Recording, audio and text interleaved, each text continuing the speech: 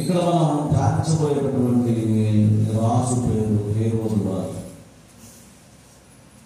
ఈ హేరోదు రాజుకి రాజుల మొదటి గ్రంథం, రాజుల రెండవ గ్రంథంలో ఉన్నటువంటి రాజులకి సంబంధం లేదు. ఆ రాజులు వేరు, ఈ రాజులు వేరు.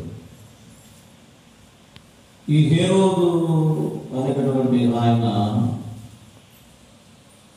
యెరూషలేమును పరిపాలిస్తున్నటువంటి రాజు, రోమా ప్రభుత్వం కింద. ఎందుకు యెరూషలేముకు రాజుగా వచ్చాడంటే, వీళ్ళ నాన్న అరబ్బు, వీళ్ళమ్మ యూదురాలు. కొన్ని యూదులతో ఉన్న కొన్ని లింక్స్ను బట్టి కొంతమంది అధిపతులను నియమించడం జరిగింది చరిత్రలో. యూదుల